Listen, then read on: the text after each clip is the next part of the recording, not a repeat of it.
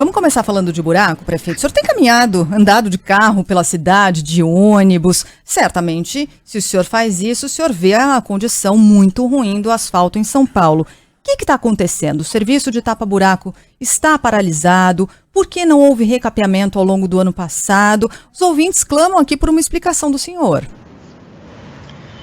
Boa pergunta. Naturalmente, os meses de janeiro, fevereiro e março aumentam realmente a quantidade de buracos na cidade de São Paulo.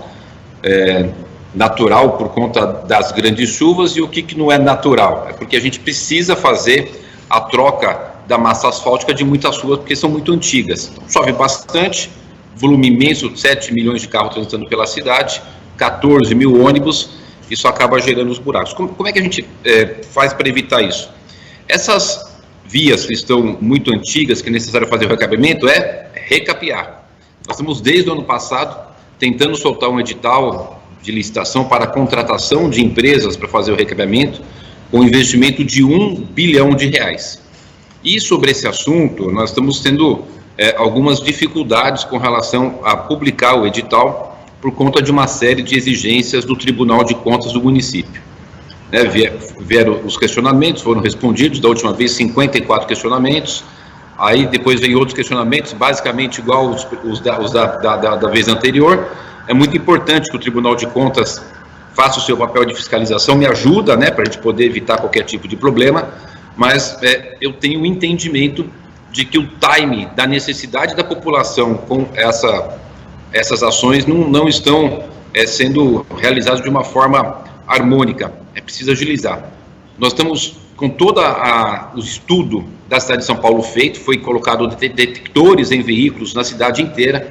Nós temos 81% de todas as vias da cidade mapeado com relação à trepidação e necessidade de fazer o recapeamento, mas precisamos colocar a licitação na rua, contratar as empresas e começar o serviço. Uhum. Agora, essa condição, a gente entende que seja delicada, no tratamento com o Tribunal de Contas, que está fazendo ali o seu papel, mas que acaba atrasando o serviço. Agora, em relação à chuva, nessa época do ano, não é uma novidade, não é, prefeito? Todo ano chove desse jeito mesmo em São Paulo. Não, sim, com certeza, é exatamente isso que eu falei. É um período que chove bastante, vocês falaram muito bem. Bom, quando a gente fala com bom jornalismo, já dá a informação bem antecipada. Nós tivemos agora, na primeira quinzena de março, toda a chuva prevista para o mês inteiro. E o que a cidade precisa fazer? Sabendo disso, que todos esses meses, janeiro, fevereiro, março, chove muito, é fazer o recapeamento, fazer o serviço preventivo. Eu gostaria muito que a gente pudesse estar aqui falando de situações, a cidade está recapeada com R$1 bilhão de investimento. Infelizmente, estamos tratando de um tema que não é agradável para vocês, para mim, muito menos para as pessoas que moram nessa cidade, mas eu tenho que compartilhar. Acho que a gente sempre teve uma relação de muita transparência, assim que eu acho que tem que ser. Estamos tendo um problema com a liberação com relação ao Tribunal de Contas para fazer a liberação dessa licitação. Não tem só esse, tem outros, tenho procurado melhorar o diálogo com o Tribunal de Contas. Os vereadores me cobraram muito. Da última vez que eu fui na Câmara Municipal, fui bastante cobrado. Eu vou de vez em quando dialogar com todos os vereadores, situação, oposição. Eles têm me cobrado bastante. Tivemos um problema outro que não tem a ver com o buraco agora, para a emissão dos CEPACs da operação urbana ali da Água Espraiada, que eu preciso fazer a extensão da Avenida Roberto Marinho até Imigrantes, eu preciso fazer as unidades habitacionais. A gente pediu autorização para o tribunal para fazer a emissão de certificados para poder arrecadar 600 milhões e fazer as obras. O tribunal liberou, estava marcado para o dia 8 de março, quando foi na sexta-feira anterior, o tribunal bloqueou. Então, infelizmente, são coisas que a gente tem que enfrentar no dia a dia. Tenho bastante convicção de que os excelentes conselheiros do Tribunal de Contas, quando vocês vêm a público e me cobram, possivelmente, tomara que eles estejam escutando, que a gente possa fazer um trabalho mais conjunto de entender a urgência das obras, das necessidades das obras. É um trabalho conjunto, Prefeitura, a Câmara Municipal, o Tribunal de Contas, todos precisam juntos caminhar para agilizar as obras, porque se um não está no time, acaba gerando isso que vocês estão fazendo aqui muito bem, que é me cobrar. Eu tenho que ser cobrado. E até me ajuda para poder fazer o convencimento de todos que fazem parte desse processo da urgência das obras serem aceleradas na cidade. Prefeito, muitos ouvintes têm escrito para cá, falando sobre recapeamentos, por exemplo, que são feitos e depois o asfalto não dura. Um falando aqui, né, o da Dante Delmanto, por exemplo, segundo ele, já é a 4ª vez, o Alair dizendo, né, que se fazem as obras de recapeamento e logo depois já está tudo esburacado de novo. Viaduto baixo, perto do antigo Detran e tudo mais. Como que o senhor pode garantir para esses nossos ouvintes que a partir de agora as obras que sejam feitas sejam realmente de qualidade e não volte a esburacar de novo? Porque, né, vamos combinar, é um exercício de fazer o recapeamento e logo depois tem que fazer de novo o mesmo serviço. Eu aproveito só para acrescentar na pergunta da Maiara, se há diferença no trâmite para a obra do tapa-buraco e essas obras de recapeamento que o senhor se refere que o Tribunal de Contas do município está, de alguma forma, embarreirando, porque a gente tem o gasto da prefeitura, números do próprio TCM, né? Com o tapa-buraco, que os ouvintes falam que não é tudo que tem reservado para fazer o recapeamento ou cuidar, de forma geral, né, prefeito, das vias públicas da cidade. Há diferença nesse trâmite também? Ivan, pegando aí a tua colocação na pergunta da Maiara, a gente tem algumas situações que é importante compartilhar aqui com os ouvintes. A gente tem nessa cidade muitas intervenções das concessionárias, da Sabesp, da Enel, da Comgás. Muito possivelmente, tá, essa situação que a Maiara falou, de recapeamento, deve ser da Sabesp. Tanto é que só nesse ano nós multamos a Sabesp em mais de 16 milhões de reais, porque eles fazem acabam ali abrindo um espaço nas vias para poder acessar a tubulação que eles têm no subterrâneo, e aí, quando vai fazer a recomposição do asfalto, acaba fazendo mal feito. Então, 16 milhões de reais foi o que a prefeitura só esse ano multou a Sabesp em mais de 400 pontos que foi detectado o serviço de má qualidade, o que atrasou. Então, existe uma complexidade de uma cidade, né, tão grande como essa. Então, contrato de recapeamento a prefeitura hoje não tem. Eu gostaria muito de ter, temos o dinheiro em caixa, sabemos onde tem que fazer, a população está com razão, vocês estão absolutamente cobertos de razão de cobrar e trazer aqui para o prefeito essa angústia da população de São Paulo. Eu não estou conseguindo fazer a licitação, eu preciso ser tranquilo e transparente. Acho que a gente, quando tem transparência nas questões, é fundamental, porque, né, não depende só da prefeitura. Já era para ter sido feita a licitação desde o ano passado, muito possivelmente a gente teria hoje uma outra situação, como eu disse aqui. Eu tenho expectativa que os 5 conselheiros do tribunal, que são pessoas maravilhosas, comprometidas com a cidade, possam perceber e entender que o time da necessidade da população não pode ser o time das ações do tribunal. Tem que fiscalizar, tem que cobrar, tem que orientar a prefeitura. Nós gostamos disso, desejamos, mas o tempo não está correto. Não está correto, é preciso ter mais agilidade. Eu estou absolutamente incomodado, por exemplo, de novo, na quarta-feira agora, o Tribunal de Contas estava pautado para liberar a emissão de CEPAX da operação urbana ali, Água Espraiada, e eles adiaram. Então, o adiamento deles acaba vindo a carga para cima de mim, porque eu tenho agora a oportunidade de estar aqui com você e de falar, era possível estar agilizando, era possível a gente estar andando muito mais rápido, mas essas coisas da burocracia acabam atrapalhando. Eu tenho certeza que a partir desse diálogo aqui, da gente poder mostrar para as pessoas, conscientizar todos, que estamos todos juntos no mesmo objetivo, vai ter um resultado positivo, a gente vai poder ter mais celeridade. Fazendo a punição daquelas concessionárias que fazem o serviço mal feito, sabendo que a prefeitura não vai mais aceitar, vai multar, tanto é que multou só a Sabesp em mais de 16 milhões, né? E de que toda a equipe aqui da prefeitura, estamos com o edital pronto. Vocês sabem o que é R$1 bilhão para recapeamento? A gente muda o cenário, é o maior programa de recapeamento da cidade. O edital está pronto, as ruas estão mapeadas, o dinheiro está reservado, nós só precisamos colocar a obra na rua. Vai dar um pouquinho de transtorno, porque você fazer uma quantidade dessa de recap, né, vai atrapalhar um pouquinho o trânsito. Mas aí você também ajuda a conversar com a população e para que as pessoas tenham um pouquinho de paciência assim que a gente pôr edital na rua, porque depois dessas obras a gente vai ter um outro patamar aqui nas vias da cidade de São Paulo. Olha, prefeito, pelo que eu pego aqui do pulso dos nossos ouvintes, o morador já é paciente demais, viu, com a cidade de São Paulo, e essa não é só uma questão do senhor como administrador, mas em relação à história de outros prefeitos. Eu me refiro aqui, por exemplo, à situação do centro de São Paulo. Já estamos há 25 anos com uma Cracolândia. Nenhum prefeito conseguiu resolver, inclusive o senhor não conseguiu resolver a situação da Cracolândia, nem da tão prometida revitalização do centro. O centro está imundo, o centro está, infelizmente, largado, dá uma tristeza passear pelo centro de São Paulo. O ouvinte sabe disso, o senhor sabe disso, não é, prefeito, a situação do centro. E particularmente da Cracolândia, eu gostaria de saber do senhor O que acontece naquela região? Porque o que se viu e o que a gente acompanhou nesses últimos dias foi uma migração daquelas pessoas que lá se concentravam para a Praça Princesa Isabel. O que tem sido feito nesse sentido e por que a prefeitura não consegue recuperar essa área? Primeiro, Sheila, dizer o seguinte, eu queria só não contestar o que você está dizendo, mas passar um ponto de vista diferente. Essa cidade é uma cidade maravilhosa, me incomoda muito quando as pessoas fazem críticas tão injustas com a cidade. A gente tem problemas, vai melhorar, com certeza vai, é obrigação do poder público melhorar, mas a gente tinha na Cracolândia uma situação de mais de 2.000 pessoas, hoje a gente tem 1/4 disso.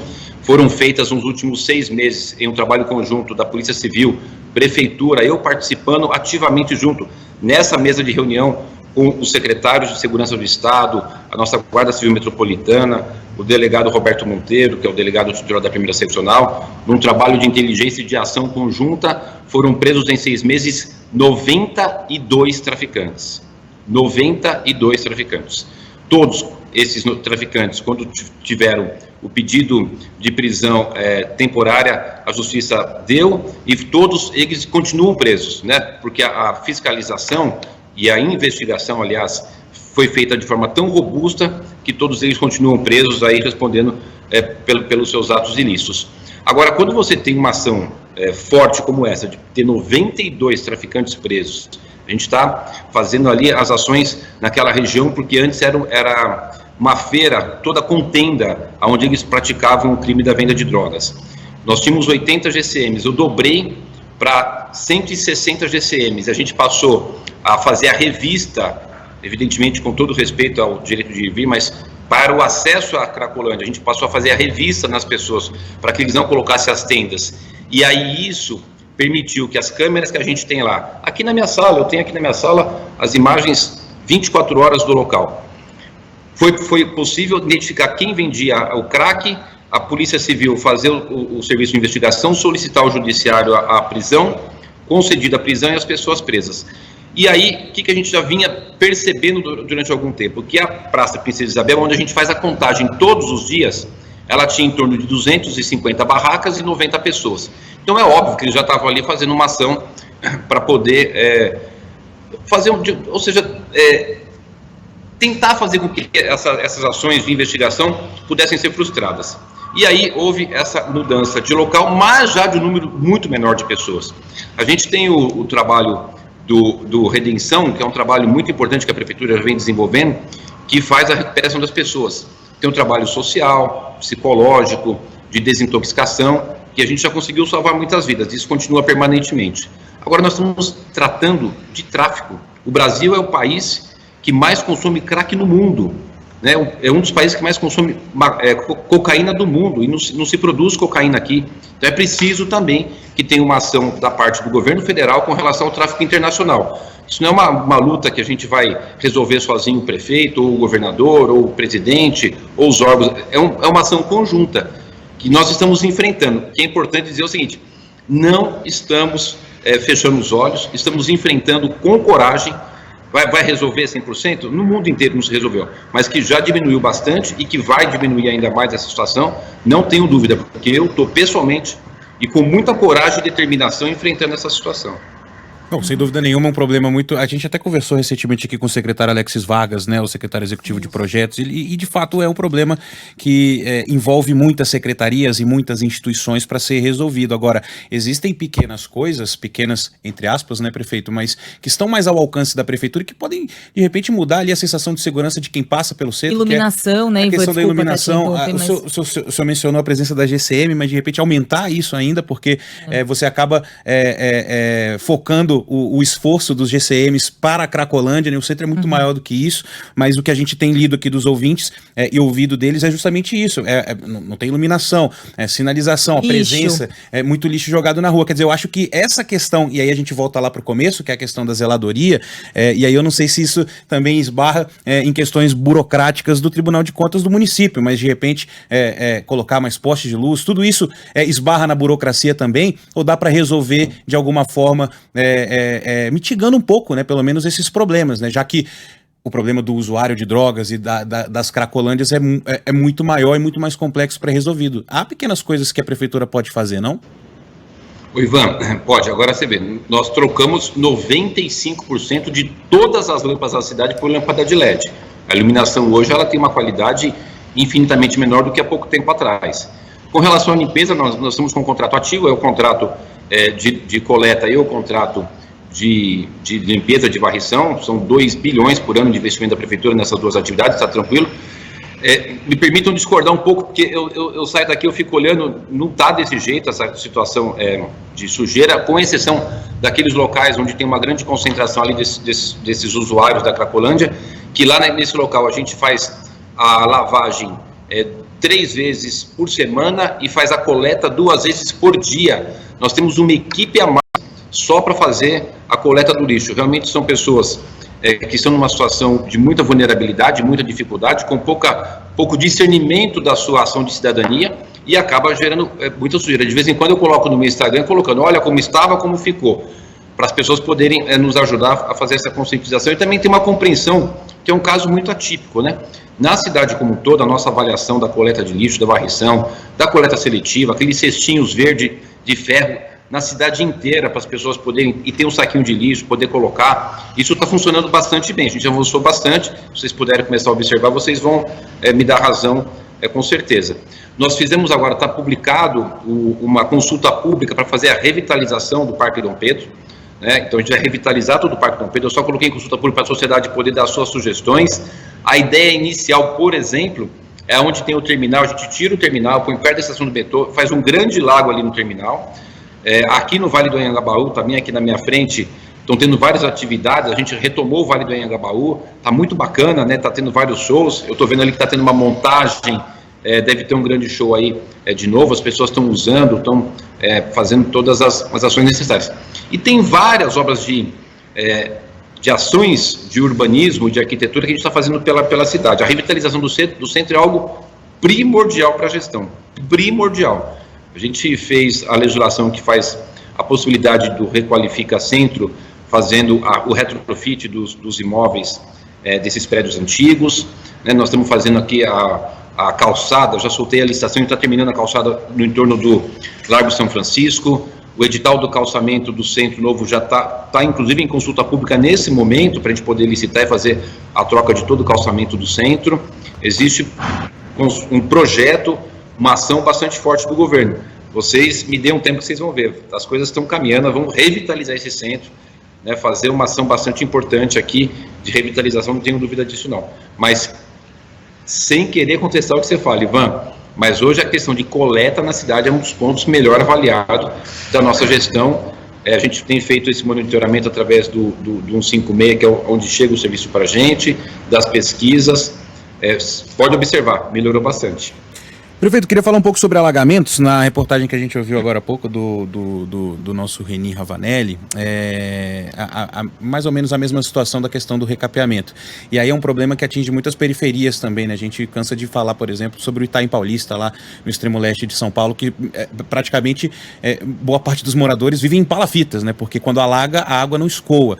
E aí há essa informação de que a verba também para o sistema de drenagem, para ser investida ali, não foi usada em sua totalidade ainda, que havia uma previsão também de 23 milhões, me parece, se eu me corrigir se eu estiver errado, para cuidar dos córregos, das galerias, e que nem um centavo dessa verba foi utilizada, e a questão da falta de pessoal, né? A Secretaria Municipal das Subprefeituras pediu a nomeação de profissionais que já passaram no concurso e ainda não foram contratados. Então são essas duas perguntas, né? Por que esses concursados ainda não foram contratados para ajudar a resolver esse problema, combater os alagamentos, as enchentes na cidade? E a resposta da matéria, a Prefeitura diz em nota que o combate aos alagamentos é efetivo. Mas como é que a gente pode dizer que é efetivo se a verba não foi utilizada, prefeito? O Ivan, foram feitos, gestão Bruno Covas, foram feitos 14 piscinões. Eu mesmo inaugurei já 2 nesses últimos 6 meses, 2 piscinões. Nós vamos fazer mais 14 piscinões. No Itaim Paulista, que você citou especificamente, eu estive nesses últimos 6 meses durante 8 vezes, né? Inclusive no Jardim Helena, que é um local que mais alaga, e a gente já está fazendo uma obra lá com relação a aumentar a lateral do leito do rio, para não dar mais enchente nas casas. Isso tem funcionado. Tivemos um problema grave agora na comunidade do Caboré, que margeia ali o rio, fica lá na região também, fica na divisa ali, né, entre, porque pega o rio todo, então fica naquela região de Itaim Paulista, São Miguel, Itaquera, e aquelas residências tiveram esse alagamento porque elas estão bem no nível do rio. Então, tá muito, são áreas que foram feitas invasões clandestinas, construções irregulares, e ali realmente é uma situação difícil. Tanto é que eu votei na Câmara um projeto para poder me autorizar a tirar essas pessoas da área de risco 4. A gente tem risco 1, 2, 3 e 4. O 4 é onde está mais grave, maior probabilidade de ter deslizamento, desmoronamento. Então agora a Câmara me autorizou para eu poder fazer a indenização, tirar essas pessoas, ter uma forma mais célere de fazer isso. Agora, no mês de abril, nós lançaremos mais o edital para 5 piscinões, né? Nós vamos construir só no mês que vem, edital para construção de mais 5 piscinões. Espero que eu consiga soltar o edital, que eu consiga fazer a licitação, que eu consiga contratar uma boa empresa pelo melhor preço.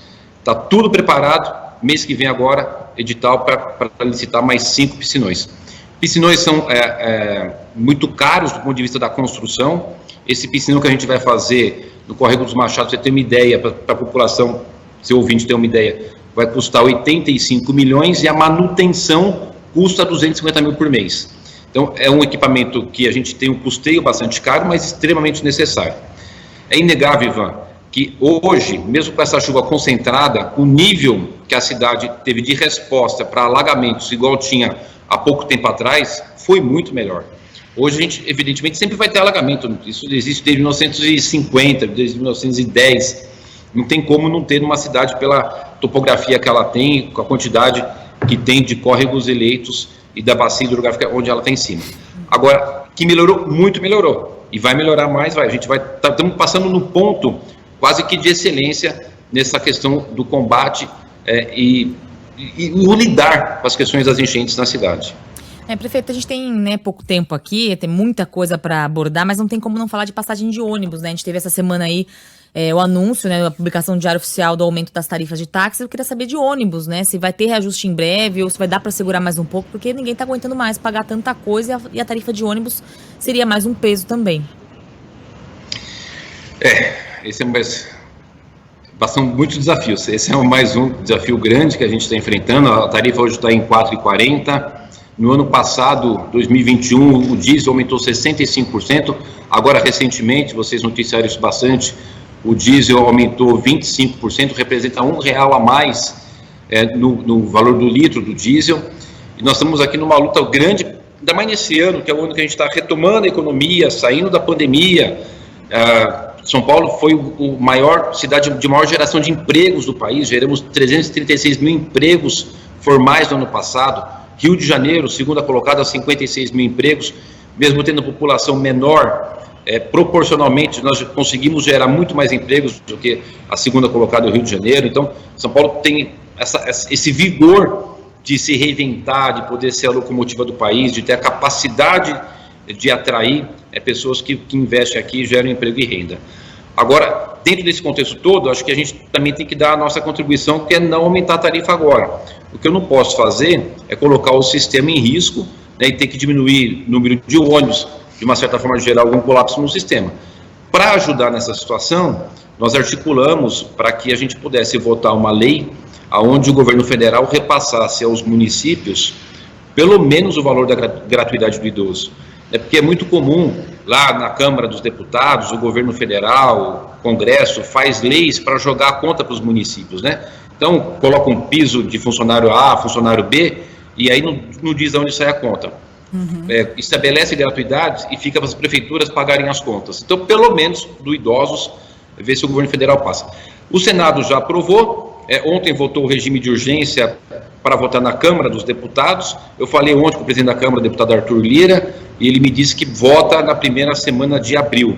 E o governo federal nos ajudando com isso, a gente vai ter que colocar mais um pouco de recurso no subsídio e vamos conseguir manter a tarifa. Isso depende também muito, eu sei que é um assunto complexo, né? Depende muito da quantidade de usuários no sistema, né? Lembrando que a gente tem aí números redondos, 8 bilhões e meio de custo, vem de 5 bi de passagem, e a diferença, os 3 bi e meio, a prefeitura completa para poder manter os 14 mil ônibus na cidade rodando pela cidade inteira. Então, resumindo, estou no esforço total para aumentar a tarifa, mas eu preciso de ter pelo menos essa ajuda do governo federal na gratuidade do idoso, que representaria um repasse para a cidade de 350 milhões.